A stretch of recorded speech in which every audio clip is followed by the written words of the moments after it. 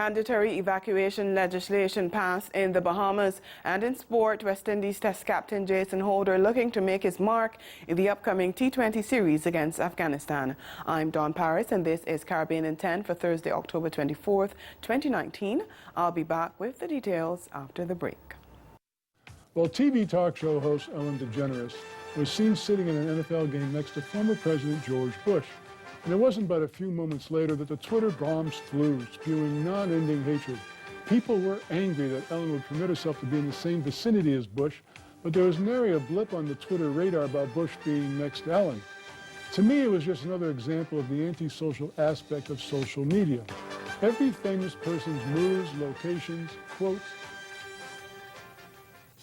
Gun violence, especially mass shootings, are an ongoing threat in our society. What have we learned from these events which can help us prevent further crises of this nature? Well, sadly, each one of these events is a major learning opportunity. And what we've learned is we need to look way beyond the traditional warning signs. We've actually begun to identify warning behaviors that tell us when someone's on the pathway to a mass shooting event.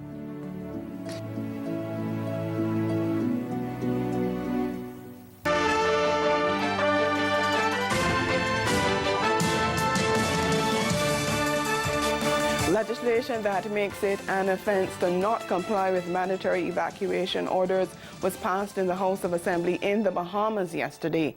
The Disaster Preparedness and Response Amendment Bill 2019 got Parliament's nod after 3 weeks of debate, although it was not supported by 4 opposition MPs. The bill comes on the heels of Hurricane Dorian, which pounded the northern Bahamian islands of Abaco and Grand Bahama last month and caused more than 60 deaths and massive destruction. Among the affected were residents who refused to evacuate ahead of the storm's arrival. Wrapping up debate on the bill, Prime Minister Dr. Hubert Minnis explained the importance of adhering to the mandatory evacuation orders. Storms come and there is a significant threat to life. We want Bahamians to move away from dangerous areas and to seek shelter in safer places. This is the compelling, clear, and simple purpose of the evacuation orders. Evacuation orders are commonplace around the world in times of natural disasters. They make sense. Such orders save lives. Over in Guyana, talks between coalition partners, a Partnership for National Unity, and the Alliance for Change collapsed as the two sides failed to reach an agreement on a prime ministerial candidate ahead of the March 2020 elections.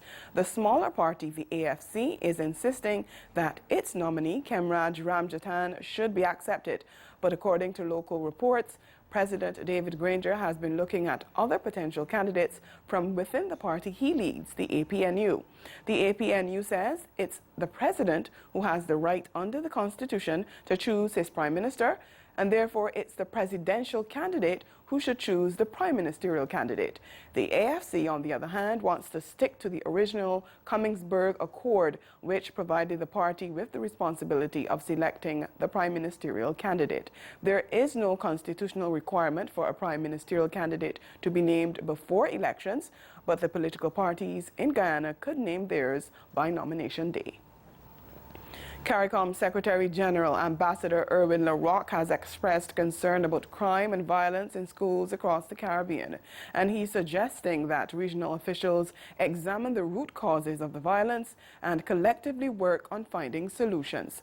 LaRocque was speaking at the opening ceremony of the 38th meeting of CARICOM's Council for Human and Social Development on Education yesterday.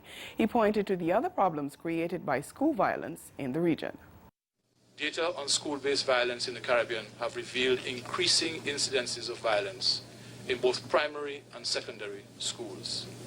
School-based violence has been associated with poor attendance, decline in performance, high dropout levels, and decreased academic achievement.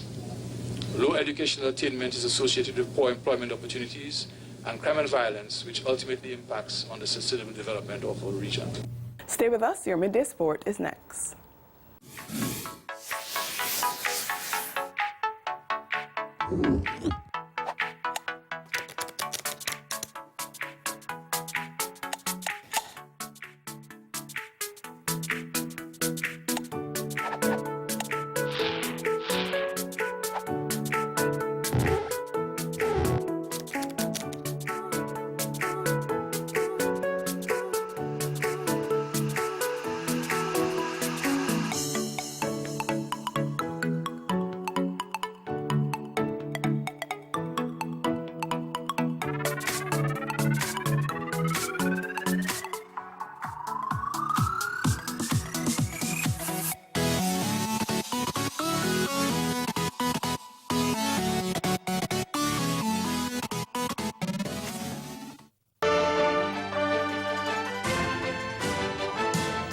West Indies Test captain Jason Holder is looking to make his mark on T20 cricket in the upcoming series against Afghanistan. Holder made his name in the game's longest format, where he has led West Indies for the last 4 years and risen to become the world's leading all-rounder.